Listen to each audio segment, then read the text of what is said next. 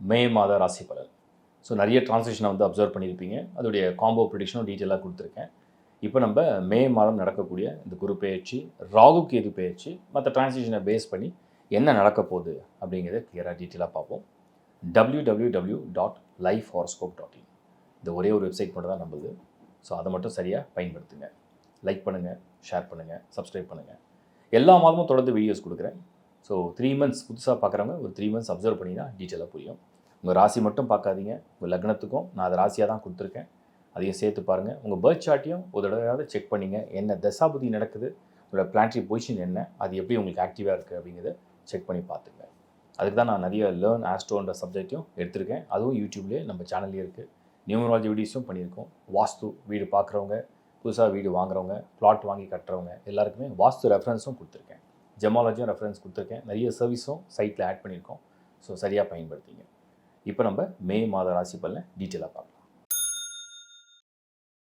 விருச்சிக ராசி. விருச்சிக ராசியை பொறுத்த வரைக்கும் 2025 மே மாதம் ஸ்கார்பியன்ஸ். ஏன்னா ஏற்கனவே மேஷத்துக்கு நான் ஒரு ப்ரிடிக்ஷன் கொடுத்தேன்.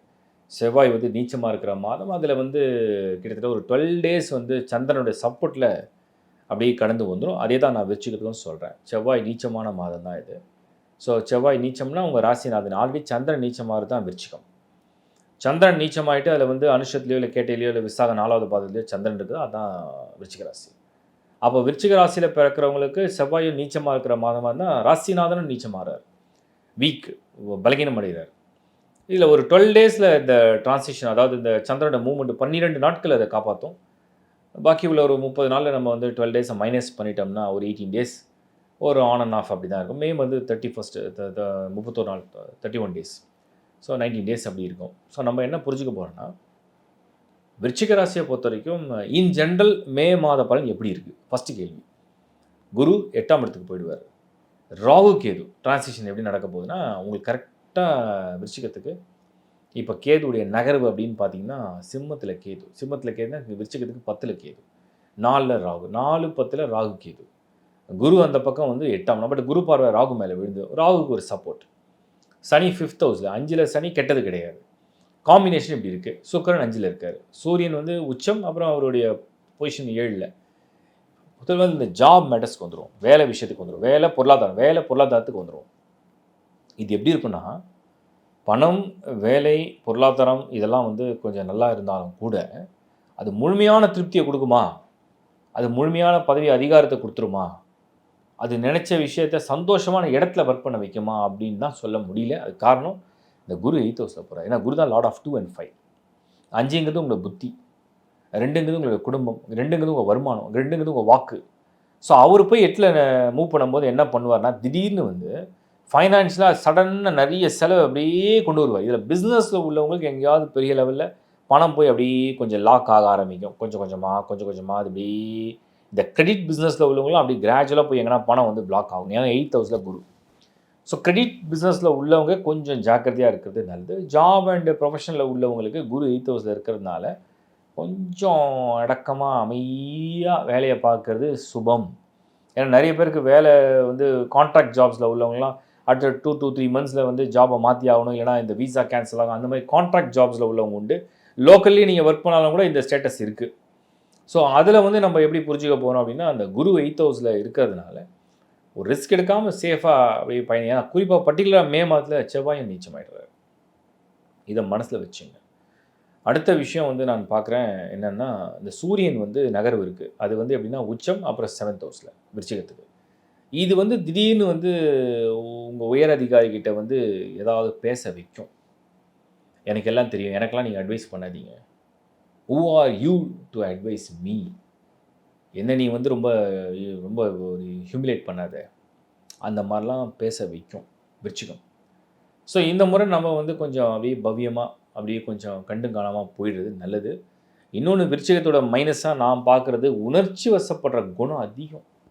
நிறைய பேர் இதை கோபமாக காட்டுவாங்க, நிறைய பேர் அழுது புலம்பி ஒரு மாதிரி ஃபீல் பண்ணி எமோஷனாகி பிடிச்சி போச்சுனாலும் ஒவ்வொரு எமோஷனாக காட்டுறது, இதெல்லாம் கொஞ்சம் பேலன்ஸ் பண்ணிட்டா நல்லாயிருக்கும்னு எனக்கு தோணுது. You can do lot of meditation. அது கொஞ்சம் உங்களுக்கு வந்து வழிகாட்டும். அதனால் விருச்சிகம் இந்த விஷயத்தில் கொஞ்சம் கவனமாக இருக்குது. அப்புறம் திருமண விஷயங்கள் பார்த்தீங்கன்னா, இப்போ குரு பலன் வெளியே போகுது. இது வரைக்கும் குரு பலன் இருந்து இப்போ குரு பலன் கிடையாது. இப்போ எட்டில் குருன்னா ஒரு கல்யாணத்தை ஏற்பாடு பண்ணுறதுக்கு ஏகப்பட்ட போராட்டம். இது பிடிச்சா அது பிடிக்கல, அது பிடிச்சா அது பிடிக்கல, இது நடந்தா அது நடக்கல, அது நடந்தா இது நடக்கல, இப்படி செட் ஆகல, அப்படி செட் ஆகல, இது ஓகே இல்லை, அது ஓகே இல்லை, இல்லை இது பாதி தான் ஓகே, அப்புறம் ஓகே ஆகிட்டு, அப்புறம் ஓகே இல்லை, அப்புறம் ஓகே இல்லை, அப்புறம் ஓகே. அந்த மாதிரி ஒரு ஆன் அண்ட் ஆஃப் இப்படி அப்படி மாற்றி மாற்றி மாற்றி மாற்றி ஒரு குழப்பி அது மாதிரியான ஒரு நேரம் தான் அந்த விருச்சிகம் வந்து இந்த குரு 8th ஹவுஸில் போகிறது. ஸோ தீர்க்கமாக முடிவு எடுக்க முடியலையா, டேக் டைம், கமிட் பண்ணாதீங்க. இன்னும் கொஞ்சம் நல்லா டிஸ்கஸ் பண்ணி பண்ணுங்க, கமிட் பண்ணாதீங்க, இல்லை டைம் எடுத்துங்கன்னு நான் சொல்கிறேன்.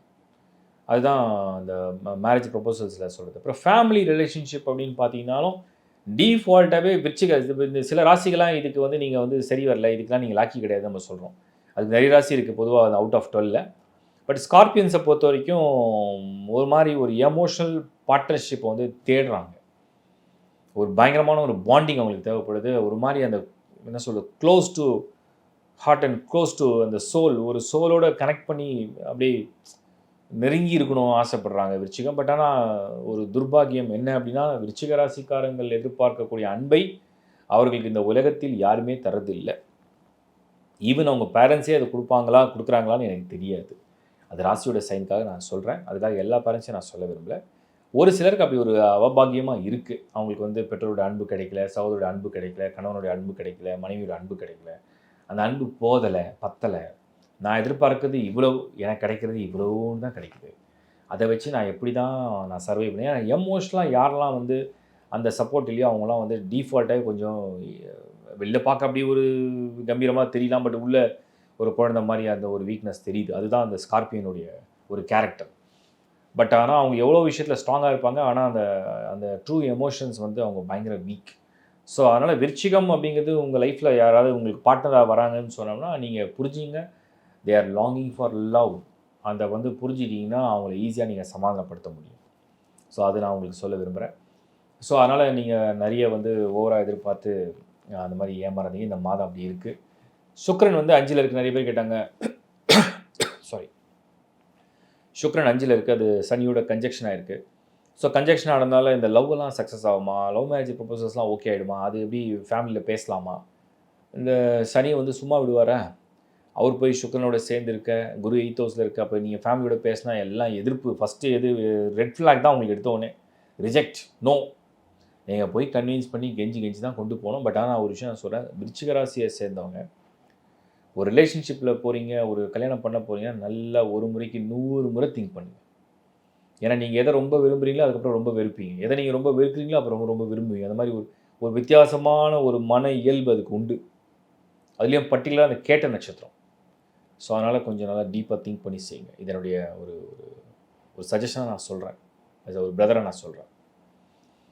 அடுத்து வந்து நம்ம பார்க்குறது வந்து ஸ்டூடெண்ட்ஸை பொறுத்த வரைக்கும் உங்களுக்கு இந்த படிப்பு, இந்த எக்ஸாம், இந்த இந்த நெக்ஸ்ட்டு ஒரு மூவ், நெக்ஸ்ட்டு ஒரு காலேஜ், நெக்ஸ்ட்டு வேறு ஒரு கண்ட்ரி, இதெல்லாம் பிரச்சனை இல்லை. பட் எஜுகேஷன் லோன் எங்கேயாவது ட்ரை பண்ண போனால் குரு 8th ஹவுஸில் இருந்தால் கடனை கொடுத்துருவார். அது பெருசாக வாங்காதீங்க. ஃபார் எக்ஸாம்பிள் உங்களுக்கு வந்து ஒரு பட்ஜெட்டுக்குள்ளே ஒரு ஒரு ஒரு விஷயத்தை பிளான் பண்ணால் ஓகே. பட் எந்த பேக்கப்பும் இல்லாமல், எந்த சப்போர்ட்டும் இல்லாமல் டோட்டலாகவே கடன் தான் அப்படின்ற மாதிரி ஒரு ஸ்டேட்டஸ் இருந்தால் கொஞ்சம் யோசிங்க. அந்த மாதிரி ஹியூஜாக போகாதீங்கன்னு மட்டும் நான் சொல்கிறேன். ஏன்னா அந்த மாதிரி ஒரு நேரம் இது, கொஞ்சம் அதில் கவனமாக இருந்தால் நல்லது. அதர் தென் தட் வேறு ஒன்றும் பிரச்சனை இல்லை. ஹெல்த்தில் வந்து இந்த குரு 8th ஹவுஸில் போனார்னா, அதுவும் மிதுனத்தில் போனால் நிறைய பேருக்கு கேஸ்ட்ரோ ப்ராப்ளம் கொடுக்கும், ஜீரண மண்டலத்தில் சில பிரச்சனை கொடுக்கும். அப்புறம் சாப்பிட்ற உணவு சம்டைம்ஸ் வந்து ஒத்து போகாது, அலர்ஜிக்காக மாறும். ஒரு சிலருக்கு அது வந்து அசிடிட்டி மாதிரி சம்டைம்ஸ் டெவலப் ஆகும். இதெல்லாம் கொஞ்சம் விருச்சிகத்துக்கு இருக்குது. கொஞ்சம் நல்லா ஹெல்த் கேர் எடுத்துங்க, டேக் கேர் ஆஃப் ஹெல்த். அடுத்து சீனியர் சிட்டிசன்ஸை பொறுத்த வரைக்கும், ஸ்கார்பியன்ஸ் விருச்சிகத்தை பொறுத்த வரைக்கும் இந்த சமயத்தில் நீங்கள் வந்து ஒரு அபோவ் 60 இருக்கீங்க. உங்கள் தசாபுத்திலாம் அப்படி இப்படி நம்ம கால்குலேட் பண்ணால் கூட சுக்கிரன்லாம் கடந்து போயிருப்பீங்க. கிட்டத்தட்ட சந்திரன், செவ்வாய், ராகுல கூட சில பேர் போகிறதுக்கு வாய்ப்பு உண்டு. இது இந்த வருஷம், இந்த மாதம் பர்டிகுலராக மே 2025 ஏதாவது ஸ்பெஷலாக பண்ண முடியுமா, ஏதாவது பெஸ்ட்டாக பண்ண முடியுமான்னு அவ்வளோ தெரியல. ஸோ பெரிய பிளான் எதுவும் போடாதீங்க, பெரிய இன்வெஸ்ட்மெண்ட் எதுவும் போய் பார்க்காம யோசிச்சு பண்ணுங்கள், அது நல்லது. பெண்கள் குறிப்பாக இளத்தரசிகள் விருச்சிகம் ஒரு மாதிரி ஒரு பாரமான ஒரு சூழ்நிலையில் தான் இந்த மாதம் கடந்து போகும். பட் எல்லாம் சமாளிச்சிருவீங்க. சமாளிக்கிற அளவுக்கு கொஞ்சம் நல்லா இருக்குது, அது வரைக்கும் பரவாயில்ல. ட்ரான்ஸிஷன்லாம் கொஞ்சம் அது ரெடி ஆகும், அப்சர்வ் பண்ணுங்கள். அடுத்த மாதம் கொஞ்சம் தயாராக ஓவராலாக விருச்சிகம் on and off out of 31 days மே மாதத்தில் ஒரு 12 நாட்கள் உங்களுக்கு ஓகேவாக இருக்குது. ஒரு 19 நாட்கள் வந்து ரொம்ப சுமாராக இருக்குது. அதை கடந்து செல்லுங்க. வாழ்த்துக்கள். இப்போ நீங்கள் பார்த்தது ஒரு பொது பலன் தான். ஒரு பொது பலனே நிறைய பொருந்தும், உங்களுக்கு பொருந்தாமல் இருக்காது, கண்டிப்பாக பொருந்தும். வெறும் ராசி அடிப்படையில் எடுத்தாலே அந்த எமோஷன்ஸ் அந்த மைண்ட் செட்லாம் எப்படி இருக்குன்றது கிளியராக பொருந்தும். இன்னும் உங்களுடைய லக்னத்தை மேட்ச் பண்ணி 2 வீடியோவாக நீங்கள் மேட்ச் பண்ணும்போது எக்ஸாக்டாக பொருந்தணும். நான் நிறைய வீடியோ சொல்லிட்டேன், புதுசாக பார்க்கணுன்னு சொல்கிறேன். லக்னம் என்பது உங்களுடைய விதி, அதை பேஸ் பண்ணி தான் தசாபுத்தி வேலை செய்யும். லக்னத்தை பேஸ் பண்ணி தான் பிளானட்டரி பொசிஷனோட காம்பினேஷன் எடுக்கும். ராசி என்பது உங்கள் மனசு என்பது உங்கள் எமோஷன் என்பது உங்களோட லைஃப்பில் வந்து நீங்கள் ஆக்ஷனில் கொண்டு வரக்கூடிய ரிசல்ட்ஸ் எல்லாம் அந்த எமோஷனில் தான் கொடுக்கும். அண்ட் ராசி என்பது தான் ரிசல்ட்டை கொடுக்கக்கூடிய ஒரு எக்ஸிக்யூஷன் பாயிண்ட்னு நம்ம சொல்கிறோம். ஸோ எல்லா நடைமுறை வாழ்க்கையும் நம்ம ராசி மூலியமாக தான் அனுபவிப்போம். ஆனால் லக்னம் என்பது தான் அது நிச்சயிக்கப்பட்ட விதி என்னன்றதை காமிக்கும். ஸோ இந்த புரிதலோடு நீங்கள் வந்து இந்த ஆஸ்ட்ராலஜியை வந்து ஃபாலோ பண்ணுங்கள். அண்ட் ஹாரோஸ்கோப்பை நீங்கள் வந்து தொடர்ந்து ஒரு 3 to 4 months பார்த்தா தான் ஒரு அப்சர்வேஷன் கிளியராக புரியும். என்ன நடக்குது, நமக்கு என்ன மேட்ச் ஆகுது, என்ன பண்ண போகிறோன்னு தெரியும். அதோட மெயினாக நான் எல்லாருக்கும் சொல்கிறது, அந்த தசாபுக்தி என்னன்றதை கிளியராக பண்ணுங்கள். அவுட் ஆஃப் 9 சனி தசையா, குரு தசையா, ராகு கேது தசையா, என்ன தசை நடக்குதுன்னு கிளியராக அப்சர்வ் பண்ணி அதை அந்த கிராஃபை கரெக்டாக பாருங்கள். அந்த பர்டிகுலர் பிளானட், அது தசா நடத்தக்கூடிய பர்டிகுலர் பிளானட் வந்து ஹாரோஸ்கோப்பில் வந்து சரியாக இருக்கா, அது நல்ல பொசிஷனில் இருக்கா, அதிலிருந்து பிளானட்ஸ்லாம் எப்படி பொசிஷனாக இருக்குது, அது என்ன ரிசல்ட்டை கொடுக்க போகுதுன்றதை பாருங்கள். இதில் வந்து clockwise motion, anti clockwise motion இருக்குது, வக்ரகதி இருக்குது, ஷட்பல ஸ்கோர் இருக்குது. எல்லாத்தையும் நீங்கள் மேட்ச் பண்ணி பார்த்தா தான் ஒரு புரிதலுக்கு நீங்கள் வர முடியும். ஸோ தெளிவாக அது என்னன்றதை நீங்கள் பாருங்கள். அடுத்தது நான் சொல்ல விரும்புறது உங்களுக்கு என்னென்னா, ஹாரோஸ்கோப்புடைய சப்போர்ட்டே வந்து பார்த்தீங்கன்னா, நிறைய பேர் நிறைய கொஸ்டின்ஸ்லாம் நான் படிக்கிறேன், கமெண்ட்ஸில் படிச்சு தான் இருக்கேன். ஸோ ஜெனினாக உங்கள் கமெண்ட்ஸை ஷேர் பண்ணுங்கள். நான் அதுக்கேற்ற ப்ரிப்பரேஷன் பண்ணிட்டு தான் இருக்கேன். நிறைய பேர் கேட்டாங்க, இப்போ கூட ரீசனாக ஒரு கமெண்ட் பார்த்தேன் நான், இது வந்து இந்தியாவில் இருக்கவங்களுக்கு தான் வேலை செய்யுமா, வெளிநாட்டில் இருக்கவங்களாம் எல்லாம் பார்க்கறதுல நல்லா இருக்காங்க. நீங்கள் ஒன்று நல்லா புரிஞ்சுங்க, சூரியனை பேஸ் பண்ணி தான் மற்ற கோளோட நகர்வு இருக்கும்.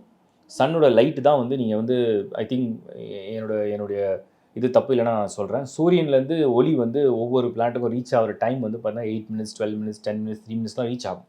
ஸோ அந்த சூரியனை ஒளியை உள் வாங்கி தான் இதெல்லாம் ஆக்டிவாக உங்களுக்கு வந்து ரிசல்ட்டை கொடுக்க போகுது. அதுலேருந்து தான் சந்திரன் அதோட இன்னும் ஒரு சின்ன பகுதி அதான் எமோஷனை கொடுக்குது.